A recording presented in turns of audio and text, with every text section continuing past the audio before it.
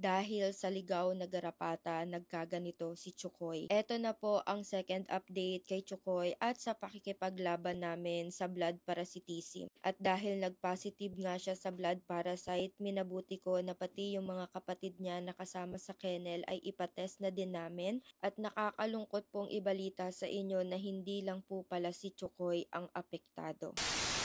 Kung napanood nyo po yung vlog namin kahapon, nakakalungkot na balita na nag-positive nga po si Chukoy sa blood parasite. Kahit na regular naman po ang pagpapainom ko sa kanila ng anti-tick and flea tablet, bakit nga ba nag-positive si Chukoy? Tinanong ko na po ito sa family vet namin and ang sagot niya, hindi po porket na umiinom ng anti-tick and flea yung mga fur babies natin ay 100% sure na safe na sila sa blood parasite.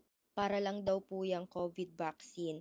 Hindi porket na COVID vaccine na tayo is hindi na tayo magkaka-COVID. May possibility pa rin talaga na magka-COVID tayo pero maliit na yung chance. Pero again, may chance pa din. At dito ko na-realize na kahit gaano ko kaingat sa mga anak ko ay kung magkakasakit sila, magkakasakit talaga sila. We are blessed and grateful na lang talaga dahil meron kaming means na ipa-vet, ipa-check up sila anytime. Dito sa third and fourth day ni Chukoy, mapapansin nyo na hindi na talaga siya masyadong naglalalakad.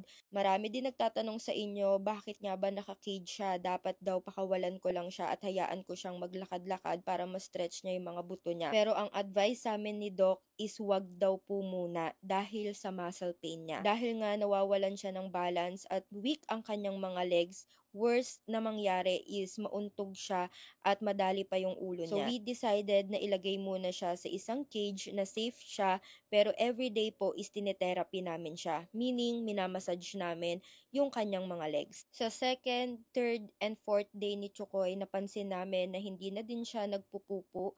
Kapag umiihi din siya is nakahiga na lang siya. So ibig sabihin, sobrang weak na po talaga ng mga legs niya. Marami din times na kahit wala naman siyang ginagawa at hindi naman siya kumikilos is nagkakaroon siya ng muscle pain. Dito, umiiyak siya ng malakas na parang sobrang sakit talaga ng nararamdaman niya.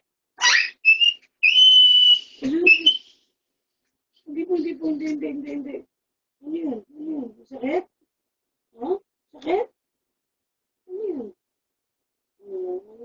Pero simula first day ni Chukoy, sobrang brave talaga ng batang to kasi never talaga siya nawalan ng appetite. Bawal talaga siya mawalan ng appetite dahil sa sobrang daming gamot niyang iniinom.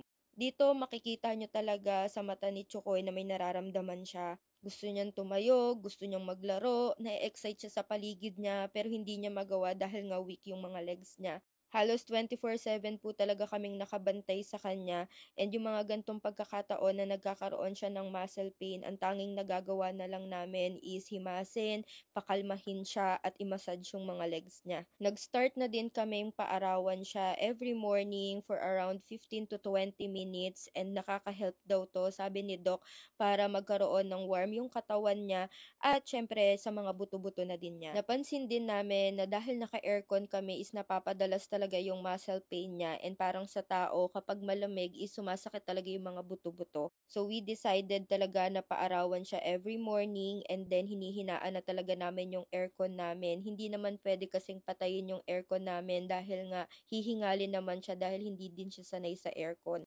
Dito sa part na to, gusto niyang tumayo, gusto niyang lumapit kay Ate Saisy niya pero hindi niya magawa dahil nga weak again yung mga legs niya. Kung kilala niyo si Chukoy at nasusubaybayan niyo si Chukoy, alam niyo kung gaano kagaslaw tong batang to, alam niyo kung gaano ka-playful.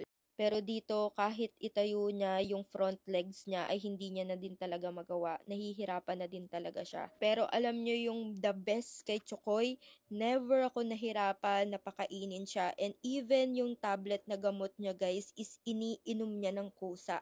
Imagine, hindi lahat po ng fur babies natin ay mabilis pa inumin ng tablet na gamot pero siya sobrang easy lang. Ramdam na ramdam ko talaga kay Chokoy na gusto niyang gumaling. Tinutulungan niya yung sarili niya, tinutulungan niya si mami and even yung pag-inom ng tubig guys is hindi din talaga ako nahihirapan sa kanya. After ilang days, we decided na din po na ipacheck yung ibang kapatid ni Chokoy, lalong-lalo na po si Luningning dahil si Luningning po ay kasama niya sa Paw Park at kasama niya nung nilabas namin sila.